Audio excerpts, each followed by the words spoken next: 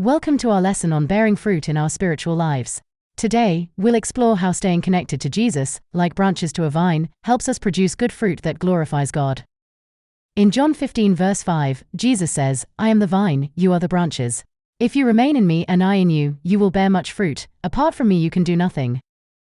Just as branches need the vine to thrive, we need to stay connected to Jesus to bear fruit. Imagine walking through a lush vineyard, seeing the branches full of grapes, all thriving because they are connected to the vine. Our actions and character should reflect our faith. Matthew 7 verse 17 tells us, "Likewise, every good tree bears good fruit, but a bad tree bears bad fruit." Picture a healthy tree full of ripe, delicious fruit next to a withered tree with rotten fruit.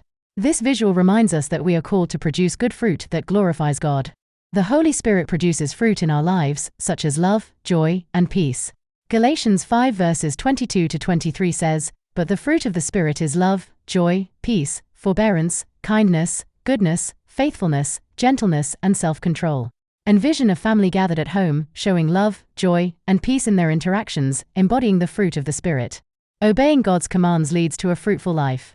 In John 15 verse 10, Jesus says, "If you keep my commands, you will remain in my love, just as I have kept my Father's commands and remain in his love." Think of a gardener carefully tending to plants, pruning and nurturing them to ensure they grow strong and healthy. God desires that our fruit remains and has a lasting impact. John 15 verse 16 tells us, "You did not choose me, but I chose you and appointed you so that you might go and bear fruit that will last." Visualize a farmer harvesting a bountiful crop, symbolizing the lasting impact of our fruitful lives. God prunes our lives to help us bear even more fruit. John 15 verse 2 says, "He cuts off every branch in me that bears no fruit, while every branch that does bear fruit he prunes so that it will be even more fruitful."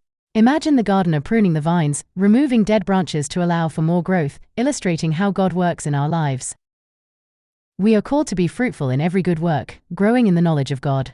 Colossians 1 verse 10 encourages us, "So that you may live a life worthy of the Lord and please him in every way, bearing fruit in every good work, growing in the knowledge of God." Picture people engaged in various good works, helping and supporting each other, demonstrating the fruitfulness in every good work. Thank you for joining us in this lesson on bearing fruit. Remember, by staying connected to Jesus and obeying his commands, we can live fruitful lives that glorify God.